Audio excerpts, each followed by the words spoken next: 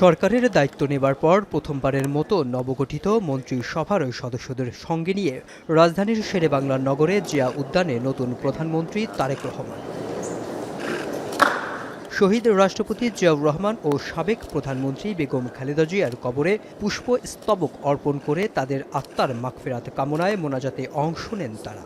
এ সময় মন্ত্রী পরিষদের সদস্য ছাড়াও দলের জ্যেষ্ঠ নেতারা উপস্থিত ছিলেন। কবর জিয়ারত শেষে নতুন মন্ত্রিসভার সদস্যরা বলেন, বিএনপির প্রতি জনগণের প্রত্যাশা অনেক বেশি, তাই দায়িত্ব কঠিন হবে। তবে জনগণের আমানত যথাযথভাবে রক্ষা করবে নতুন সরকার। স্মার্ট ও compact vision washing machine install করা যায় মাত্র 2 ফিট স্পেসেও। আমার বিশ্বাস যে আমরা এই কঠিন দায়িত্বটুকু যারা তারেক রহমানের নেতৃত্বে সুন্দরভাবে পরিচালনা করার দরকার সেটা আমরা দেওয়ার চেষ্টা করব।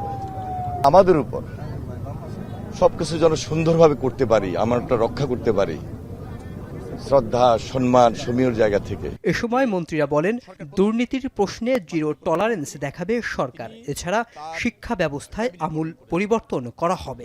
আমরা মনে করছি এই ক্যাবিনেটের অনেক দায়িত্ব আছে, কিছু চ্যালেঞ্জও আছে।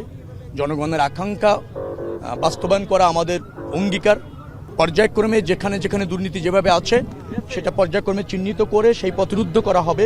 আমাদের নতুন শিক্ষা ব্যবস্থা আমরা দেশবাসীকে দেব বলে বিশ্বাস রাখি। আমাদের অনেক প্ল্যান আছে, আপনারা সব কিছু পাবেন, আপনি আশ্বস্ত থাকেন যে বিগত দিনের মতো হচ্ছে না।